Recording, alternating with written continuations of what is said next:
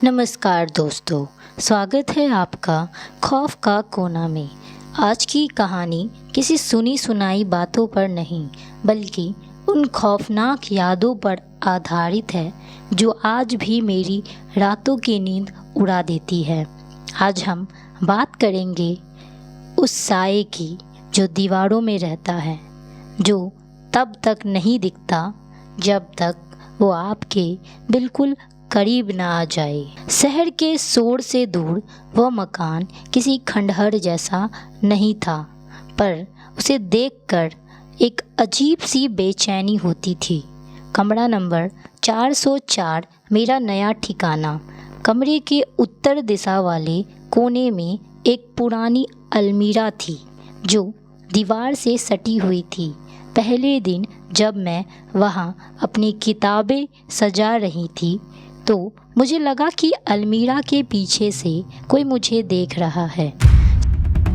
शाम ढलते ही कमरे का वह कोना इतना गहरा काला हो जाता था कि रोशनी भी वहाँ दम तोड़ देती थी। रात के 2 बज रहे थे। सन्नाटा इतना गहरा था कि मुझे अपनी घड़ी की टिक टिक भी हथौड़े जैसी लग रही थी। अचानक कोने से चर की आवाज़ आई। वह पुरानी लकड़ी की कुर्सी जो मैंने कोने में रखी थी धीरे धीरे अपनी जगह से खिसक रही थी।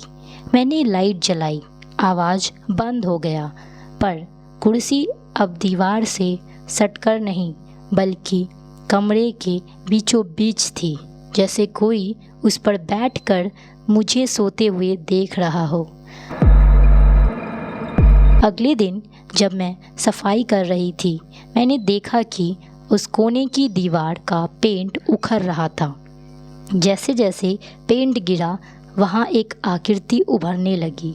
वह किसी इंसान का चेहरा था जिसकी आंखें बहुत बड़ी और डरावनी थी।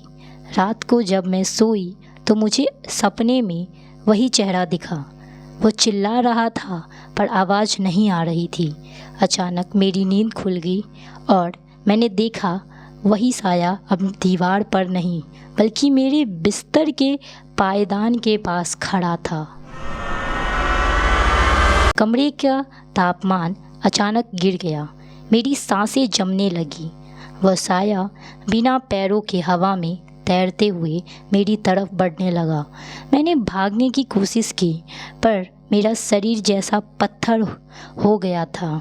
उसकी उंगलियां एकदम बर्फीली और नुकीली मेरी गर्दन के करीब आई। उसने एक फटी हुई आवाज़ में फुसफुसाया, तुम मेरी जगह पर क्यों हो?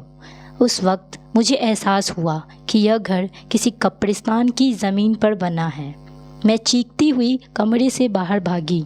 सुबह होने पर जब मैं वापस आई तो कमरे का वह कोना पूरी तरह जल चुका था, जबकि बाकी कमरा सुरक्षित था।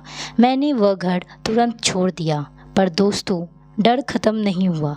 आज भी जब मैं किसी अंधेरे कोने को देखती हूँ तो मुझे लगता है कि वह साया अभी वहाँ है। शायद वह मेरे साथ ही आ गया है। सावधान रहना, आपके पीछे वाले कोने में भी कोई हो सकता है।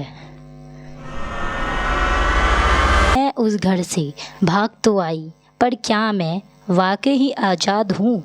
आज भी जब मैं रात को ट्यूशन पढ़ाकर वापस आती हूँ या अपनी पढ़ाई के लिए टेबल पर बैठती हूँ तो मुझे वही ठंडी हवा महसूस होती है। कभी कभी रात के सन्नाटे में मुझे अपने ही कमरे के कोने से किसी की खुरचाने की आवाज़ आती है। ऐसा लगता है जैसे वह साया उस घर में नहीं बल्कि मेरी यादों में, मेरी परछाई में बस गया है। वह कोना अब सिर्फ उस घर का हिस्सा नहीं रहा, वह मेरे डर का हिस्सा बन चुका है। दोस्तों, क्या आपके घर में भी कोई ऐसा कोना है जहां रोशनी पहुंचने से डरती है? क्या आपने कभी गौर किया है कि जब आप अकेले होते हैं तो आपकी पीठ पर एक ठंडी लहर क्यों दौड़ जाती है?